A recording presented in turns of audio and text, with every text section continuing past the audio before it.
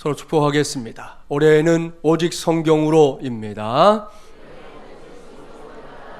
당신은 안드로포스입니다. 할렐루야. 오늘은 솔라 스크립투라 9번째 시간입니다. 오늘은 기가 막힌 하나님의 아이디어가 담겨있는 말씀이라는 제목으로 하나님의 말씀을 전하도록 하겠습니다. 2017년도를 시작하면서 말씀드린 대로 올해는 종교개혁 500주년이 되는 해입니다. 그런 이유 때문에 1월 첫 번째 주일부터 솔라 스크립투라 오직 성경으로 라는 주제하에 하나님의 말씀을 전하고 있다는 거 다 아시죠?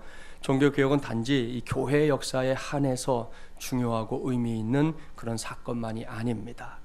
세계사의 관점에서 볼 때에도 종교개혁은 거대한 이 역사의 물줄기를 확 바꾸는 위대한 사건으로 꼽힙니다. 이렇게 엄청난 사건을 일으킨 당사자 누구인지 아시죠?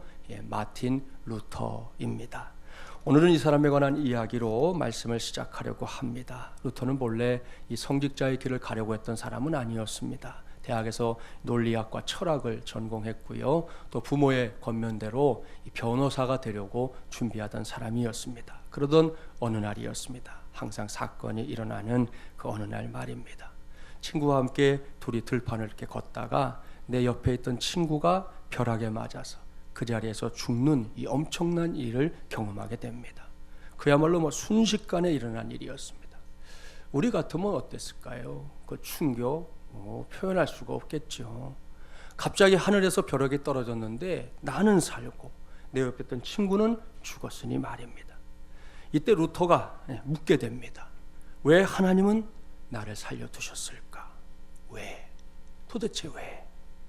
루터는 매 순간 스스로에게 이 질문을 던졌습니다.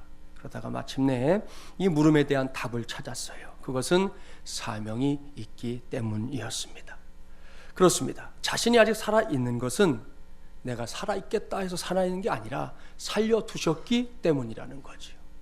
살려두신 것은 뭔가 내가 감당해야 할 사명이 있기 때문이구나 라는 생각을 하게 된 겁니다. 사랑하는 마지물이란 가족 여러분, 루터는 이러한 깨달음을 얻자마자 곧바로 성 아우구스티누스 수도회에 들어갑니다. 그곳에서 하나님의 음성을 듣고자 몸부림을 치게 되는데요. 그때부터 루터는 위대한 사명자의 삶을 살게 됩니다. 물론 루터는 훗날 자신에게 일어날 일을 전혀 알지 못했습니다. 내가 종교개혁자가 돼야지 그런 꿈조차 꾼 적이 없습니다. 그저 자신을 부르신 하나님의 뜻이 뭔지 늘 그것에 골몰하며 살았을 뿐입니다. 그 과정에서 루터가 발견한 것이 뭐냐? 사명자는 자기 뜻이 아니라 하나님의 아이디어로 살아가는 길을 걷게 된다. 바로 이것이었습니다. 할렐루야. 여기 오늘 제가 정한 설교 제목에 등장하는 하나님의 아이디어라는 단어가 등장합니다. 아이디어가 뭔지는 다 아시죠? 어떤 일에 대한 구상을 가리킵니다. 예전에도 그랬지만 21세기인 요즘은 더더욱 아이디어 하나로 성공적인 인생을 사는 사람들이 제법 많아졌습니다.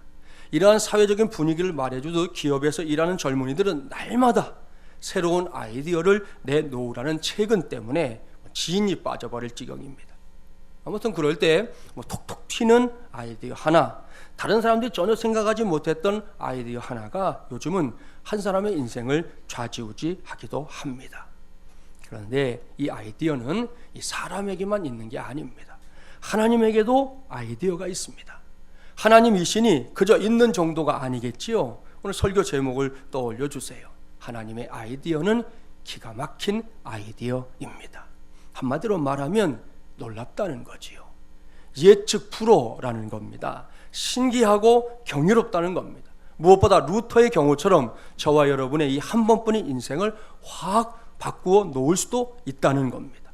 이것이 하나님의 아이디어인데요. 저와 여러분이 이 아이디어를 얻을 수 있는 것이 어디라고요? 하나님의 말씀입니다. 할렐루야. 오늘은 이것이 제가 여러분과 함께 살피고자 하는 이 솔라 스크립투라입니다.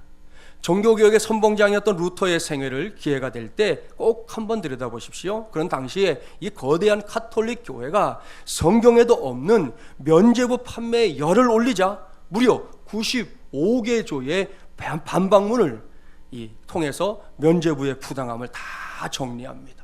그리고 그것을 이 비텐베르그 성당 문 앞에 붙여놓았습니다. 이것은 그 당시에 누구도 생각하지 못했던 일입니다.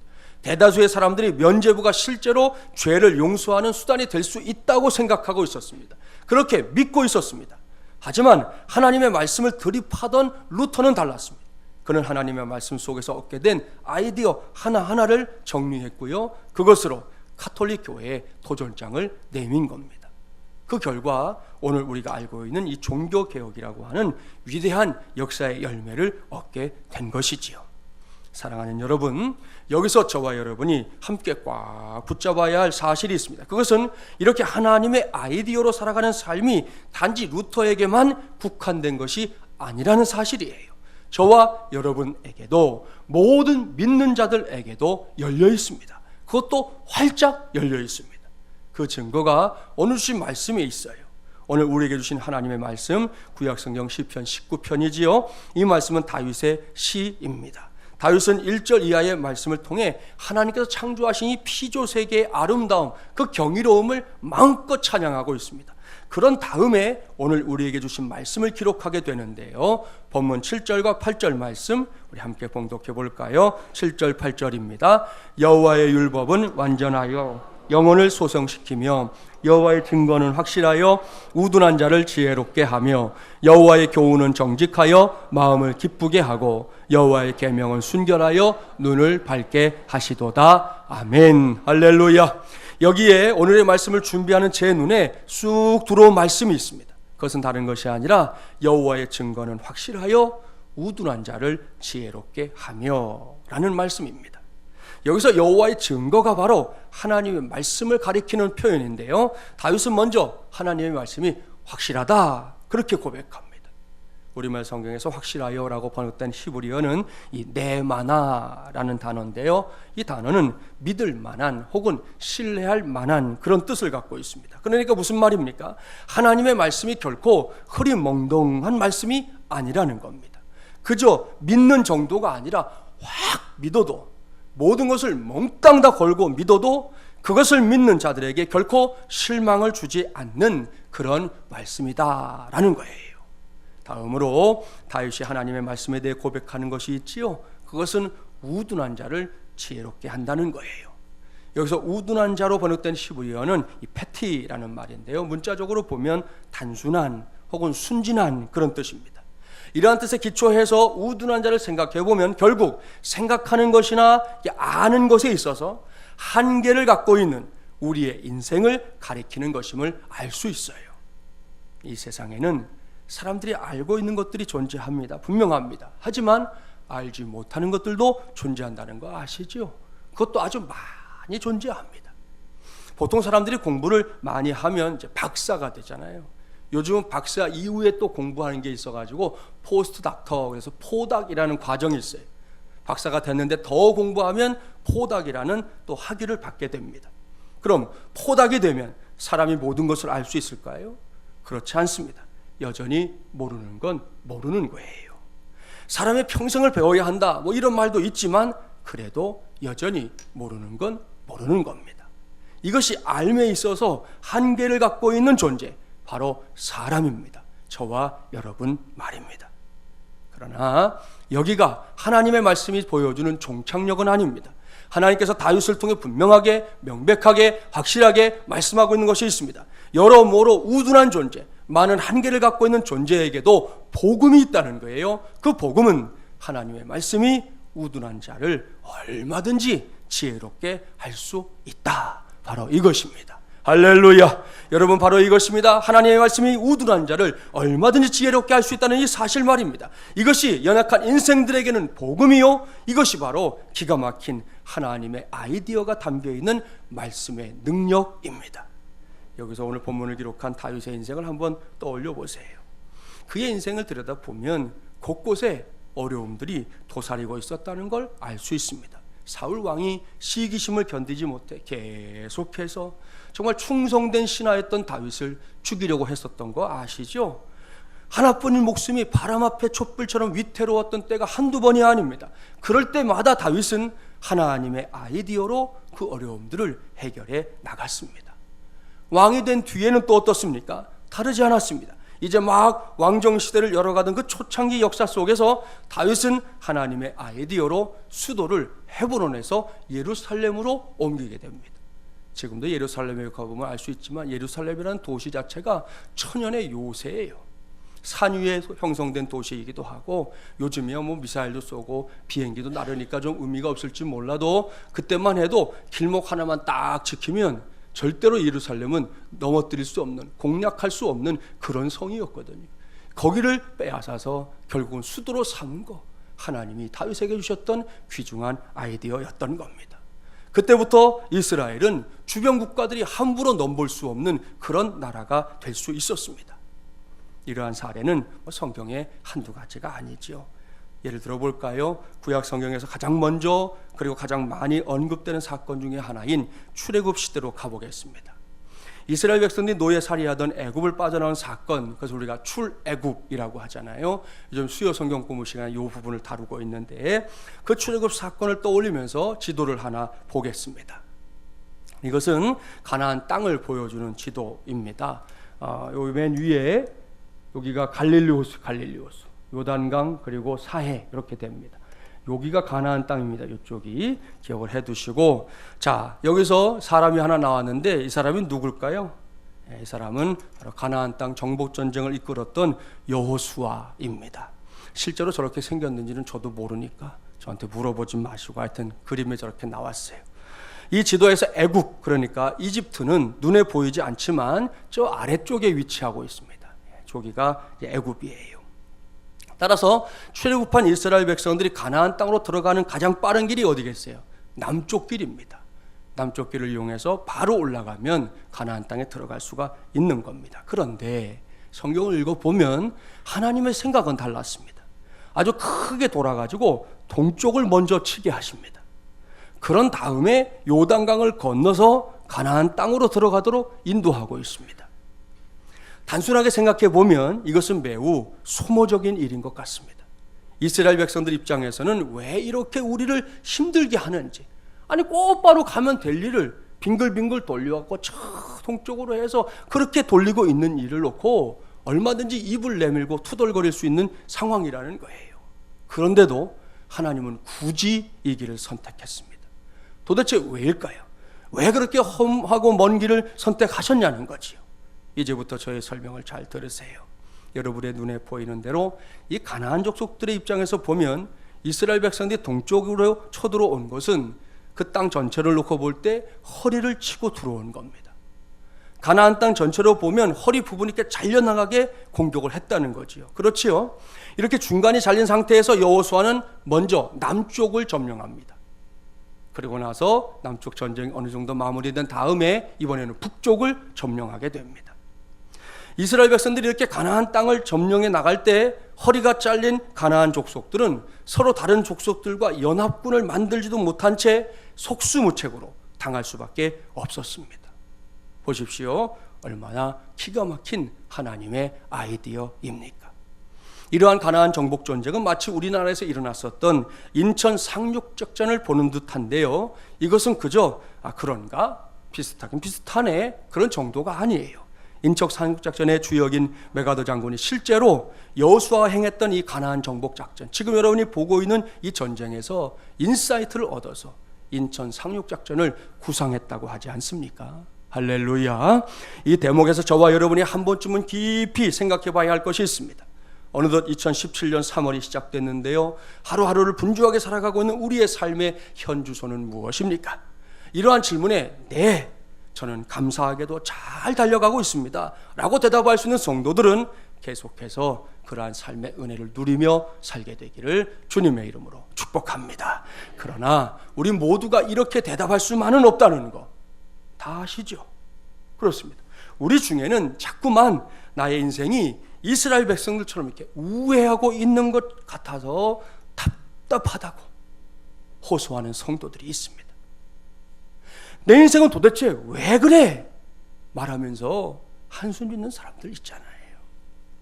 제 12차 특세를 시작했던 지난 한 주간에도 목사에게 그러한 본인의 상황들을 솔직하게 말해준 성도들도 있습니다. 이것이 현실입니다. 이것이 실제 상황입니다. 그러한 현실, 그러한 실제 상황을 전제하고 이 시간에 부족한 담임 목사지만 여러분 모두에게 하나님의 말씀을 전합니다. 사랑하는 마주물리란 가족 여러분, 방금 말씀드린 대로 저나 여러분이 볼 때 내 인생이 어디론가 우회하고 있는 것처럼 보일 때가 있다니까요. 분명히 있습니다. 그러나 기억하십시다. 하나님의 인도하심에는 실수가 없는 줄 믿습니다. 우리가 이미 입술로 찬송도 부르지 않았습니까? 신실하신 하나님, 실수가 없으신 좋으신 나의 주. 신실하신 하나님, 실수가 없으신 좋으신 나의 주. 할렐루야. 그렇습니다. 여러분, 내가 볼 때에는 빙빙 돈 것 같습니다. 아주 이상한 곳으로 나를 이끈 것 같을 때도 있습니다. 도대체 이건 뭐지? 라고 되뇌일 때도 있습니다. 그러니 이해가 되지 않는 건 말할 것도 없습니다. 우리가 종종 이런 생각에 사로잡히는 거, 거기서 허우적거리는 거 충분히 이해가 갑니다. 그럼에도 불구하고 그곳에 하나님이 계시는 한, 여러분, 그것이 최상의 경로요, 최고의 아이디어라는 것을 꼭 믿게 되기를 바랍니다. 예를 들어 당장 생계가 연결되어 있는 직장에 길이 보이지 않습니다. 자녀들의 문제 때문에 머리가 지끈지끈 거릴 때가 있을지도 모릅니다. 그놈의 근심 덩어리는 꼬리에 꼬리를 물고 내 머릿속을 다 지배하고 있는 것 같습니다. 이런저런 생각에 빠져버리면 나의 인생이 너무 많이 우회하는 것 같이 느껴질 거예요. 그럼에도 불구하고 우리는 믿어야 합니다. 우리에게는 하나님의 지름길이 있다는 사실을, 그것을 확실하게 믿어야 하는 겁니다. 그렇게 하나님과 믿음으로 동행하는 사람이 될 때 우리 인생에 있어서도요, 여러분, 인천 상륙작전이 충분히 가능할 줄 믿습니다. 여기서 기가 막힌 하나님의 아이디어를 얻을 수 있는 가장 확실한 길 소개해 드릴게요. 그것은 오늘 전하고 있는 설교 제목처럼 기가 막힌 하나님의 아이디어가 담겨 있는 이 하나님의 말씀을 읽으면서 하나님께 간절하게 기도하기를 힘쓰는 겁니다. 그렇습니다. 하나님의 아이디어는 저와 여러분이 말씀을 붙잡고 하나님께 기도하면 하나님이 주십니다. 야고보서가 일찍부터 말씀하고 있지 않습니까? 너희 중에 지혜가 부족하면 어떻게 하라고요? 구하라. 그럼 어떻게 하신다고요? 주시리라 하셨지 않습니까? 이런 말씀들이 우리의 손안에 있는데 아무것도 하지 않고 가만히 있어서야 되겠습니까? 최근 몇 년 동안 전 세계에 주목받은 곳 중에 하나가 바로 중동에 있는 두바이라는 곳이에요. 사진에도 나오지만 그곳에는 저렇게 100층 이상이 되는 건물들 여러 개가, 하나도 아니고 여러 개가 떡하니 자리를 잡고 있습니다. 그런데 저렇게 높은 빌딩을 공사할 때 반드시 해야 할 것이 있다는 거예요. 그것은 1시간마다 한 번씩 GPS를 통해 건물이 정확하게 수직을 이루고 있는지 그것을 확인하는 겁니다. GPS가 뭔지 아시죠? 저 우주에 사람들이 쏘아 올린 인공위성에서 보내는 신호를 받아가지고 사용자의 현재 위치를 계산해주는 위성 항법 시스템을 가리킵니다. 여러분이 쓰는 내비게이션 다 GPS를 통해서 사용이 가능해진 거거든요. 그러니까 건물 하나를 짓는데 우주에 떠있는 인공위성까지 동원한다는 말입니다. 왜요? 왜 그래야 합니까? 그렇게 하지 않으면 저 건물이 부실 공사가 되기 때문이에요. 여기서 생각해 보십시오. 이 세상에 우리 교회가 지금 4층, 위에 옥상 가면 5층인데요. 5층짜리 건물을 지으면서 GPS를 사용하는 사람이 있을까요? 없을까요? 없어요. 이 정도 건물은 GPS 필요 없어요. 이게 수평 자료가 따로 있어가지고 그것만 가지고서도 얼마든지 지을 수 있다는 거죠. 하지만 100층 건물은 다릅니다. GPS를 써야 합니다. 반드시 써야 합니다. 높은 건물일수록 더욱 정확하게 건물을 지어야 하기 때문입니다. 사람도 마찬가지죠. 평범한 인생을 살고자 하는 사람은 말씀 없이 기도 없이 살아가요. 그래도 별 문제가 없어요. 그러나 조금이라도 더 비범한 인생을 살고자 하는 사람이라면 결코 말씀 없이 기도 없이 살 수 없는 겁니다. 옳습니다. 말씀과 기도로 하나님과 교신하는 것도 없이 위대한 인생을 살아보겠다고요? 어림도 없습니다. 불가능한 일입니다. 두바이의 거대한 건물들이 반드시 GPS를 필요로 하듯 한 번뿐인 인생을 그저 그렇게 살 수 없다 생각하는 사람들에게는 반드시 말씀이 필요하고요, 반드시 기도가 필요한 줄 믿습니다. 이를 전제하고 묻겠습니다. 사랑하는 여러분, 여러분의 인생에 있어서 100층짜리 건물 짓고 싶습니까? 그렇다면 다른 왕도가 없어요. 끊임없이 하나님과 교신해야 합니다. 하나님께서 보여주시는 위대한 아이디어가 우리에게 필요하다는 말씀이에요. 그 과정에서 무엇보다 문제가 커 보이면 안 됩니다. 왠지 아시죠? 누구든지 문제에 눌리면 결코 그 문제를 이길 수 없기 때문입니다. 따라서 어떤 문제가 생기면 제 마음 같아서는 여러분이 고민하고 아파하는 어떤 문제든 안 생기면 좋겠지만, 너무 좋겠지만, 그럼에도 불구하고 생긴다면 그 문제가 작아 보일 때까지 말씀을 붙잡고 기도하기 바랍니다. 거기에 하나님의 응답이 있을 줄 믿습니다. 하나님의 말씀을 믿고 기도와 비전으로 무장되었던 여호수아와 갈렙을 기억합니까? 그들은 가나안 족속들, 그 거대한 장대한 거인들을 보면서 이렇게 외쳤잖아요. 저들은 우리의 먹이다, 저들은 우리의 밥이다 그랬습니다. 반면에 문제에 눌린 10명의 정탐꾼들은 뭐라고 했습니까? 우리는 메뚜기다, 우린 메뚜기야 그랬어요. 잘 보십시오. 지난 수요일에 제 12자 특세를 시작하면서 말씀을 드렸는데요, 문제는 문제 안에서 해결되질 않아요. 문제는 반드시 밖에서 오는 힘에 의해서만 해결되는 줄 믿습니다. 이것이 우리가 문제 앞에서 말씀을 붙잡고 간절하게 기도해야만 하는 이유입니다. 옳습니다. 특세 시간에 말씀을 전한 대로 기도해야만 열리는 길이 있습니다. 기도해야만 오는 사람들이 있습니다. 기도해야만 오는 환경이 있어요. 기도해야만 오는 물질도 있습니다. 그뿐이 아닙니다. 오늘 전하는 말씀의 제목대로 기도해야만 받을 수 있는 아이디어도 있습니다. 그 아이디어는 철저히 하나님의 말씀으로부터 오는 아이디어인데요, 이러한 초특급 지혜가 저와 여러분의 인생 속에서 문제 해결의 실마리를 제공하게 될 줄 믿습니다. 하나님의 말씀에 담겨있는 기가 막힌 하나님의 아이디어로 놀라운 일을 체험한 예는 부지기수입니다. 그 중에 한 가지를 소개할까요? 미국에 가면 이 스탠더드 오일 회사라는 회사가 있는데, 이 회사는 이집트에서 독점적으로 기름을 뽑아내는 아주 유명한 정유 회사입니다. 그 회사의 심벌이 저렇게 생겼는데요, 이 회사가 어떻게 이집트에서 석유를 뽑아내게 되었는지는 많이 알려져 있지 않은데요, 그 과정 속에 놀라운 하나님의 역사, 그야말로 이 하나님의 아이디어가 있었다는 거 아십니까? 이 회사의 중역 가운데 신앙이 아주 돈독한 사람이 한 분 있었어요.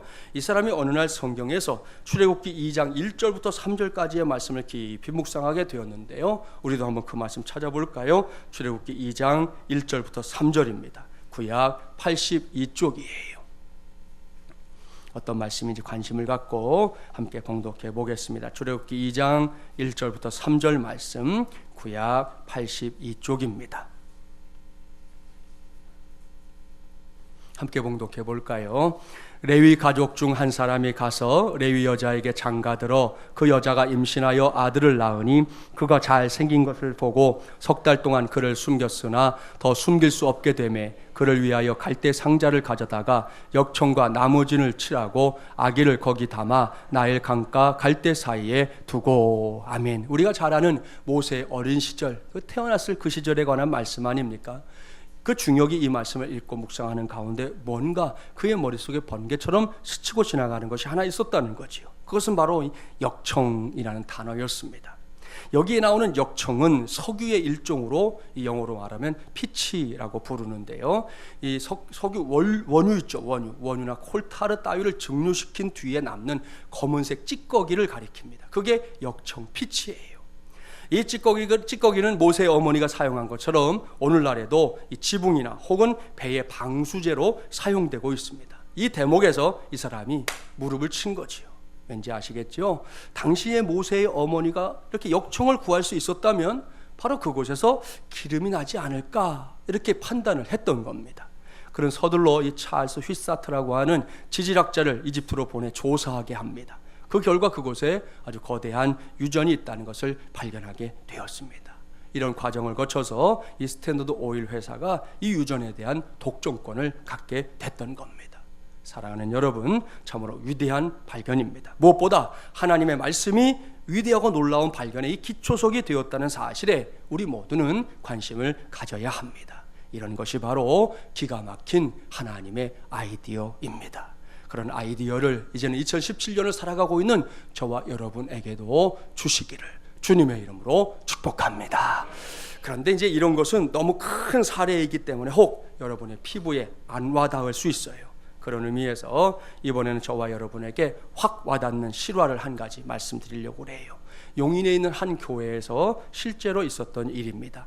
그 교회를 섬기는 장로님 한 분이 직장에서 명퇴를 하고 트럭을 한 대 샀습니다. 왠지 아시죠? 이제는 뭐 직장을 못 다니니까 장사를 해서라도 생계를 이어가야 되잖아요. 그렇게 큰맘 먹고 구입한 트럭이었습니다. 절박한 심정으로 또 처음 하는 장사니까 뭐 많이 생각도 많으니까 간절하게 기도하면서 기왕이면 번호도 좀 좋은 걸 주십시오. 그렇게 하나님께 기도했대요. 그런데 하필이면 자동차 번호가 1809였습니다. 우리 교회 승합차는 1289인데 여기는 1809를 받았대요. 저는 처음에 이 이야기 들으면서 이 번호가 뭐 나쁘다 좋다 이런 생각을 아예 하질 못했는데 장로님은 좀 달랐습니다. 장로님이 차를 몰고 집에 돌아와서는 부인 권사님 앞에서 막 투덜거리면서 화를 내더라는 거예요. 왜일까요? 에이씨, 하고 많은 번호 중에 C8 빵꾸가 뭐야.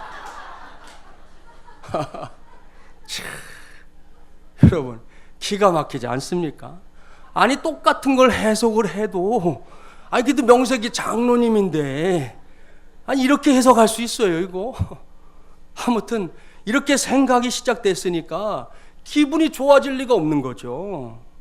그것을 옆에서 지켜보던 부인 권사님도 통달한 마음이 상했어요. 부인 권사님이 하나님께 투정을 부리며 기도했습니다. 하나님, 우리가 자동차 사서 장사 잘 되면 11조도 더 많이 드리고 또 충성봉사하려고 했는데 이게 번호판부터 이게 뭐예요 하나님, 너무 속상해요. 이렇게 투덜거리며 한참 기도했는데 권사님의 마음속에 하나님이 들려주시는 음성이 있었다는 거예요. 뭐라고 하셨느냐? 사랑하는 자야, 내가 아주 좋은 걸로 일부러 골라주었는데 너희가 그렇게 화를 내는구나. 그 번호의 의미는 하나하나 잘 팔아서 많은 영혼을 구원하라는 뜻이다. 그렇게 가르쳐 주더라는 거예요. 그러니 어찌 되었겠습니까? 상황 종료죠. 뭐 벌써 해석이 달라졌는데 권사님은 자기가 들은 음성으로 번호판을 다시 해석해서 장로님께 말씀드렸어요. 그랬더니 장로님도 무릎을 치면서 그렇게 깊은 뜻이 있었구나 하고 고개를 끄덕이더라는 거예요. 그 이후에 장로님 장사가 아주 잘 돼서 소원하고 기도했던 대로 11조도 많이 하고 영혼 구원도 많이 하는 1등 장로님이 되었다고 합니다. 할렐루야. 말씀을 마무리합니다. 오늘 한 가지만, 말씀의 제목만 정확하게 기억해 주십시오. 기가 막힌 하나님의 아이디어가 담겨있는 말씀, 바로 이건 말입니다. 이것이 저와 여러분이 오늘 붙잡아야 할 솔라 스크립투라입니다. 다윗은 이것을 알았습니다. 그래서 그의 고백이 너무나 귀하게 마무리됩니다. 오늘 본문 9절과 10절 말씀 우리 함께 봉독해 볼까요? 9절 10절입니다. 여호와를 경외하는 도는 정결하여 영혼까지 이르고 여호와의 법도 진실하여 다 의로우니 금 곧 많은 순금보다 더 사모할 것이며 꿀과 송이꿀보다 더 달도다. 아멘. 할렐루야. 사랑하는 마중물제랑 가족 여러분, 오늘 이후 우둔한 자를 지혜롭게 하는 하나님의 말씀을 순금보다 더 사모하며 삽시다. 그래서 꿀과 송이꿀보다 더 달고 단 하나님의 말씀 속에서 기가 막힌 하나님의 아이디어를 저와 여러분도 많이 발견하며 살게 되기를 바랍니다. 특별히 제12차 특세가 계속되는 동안 그 아이디어 주시거들랑 주신 것으로 끝내지 말고 그 아이디어 붙잡고 열렬히 기도해서 확실하고 놀라운 응답까지 받아내는 저와 여러분이 되기를 주님의 이름으로 간절히 축원합니다.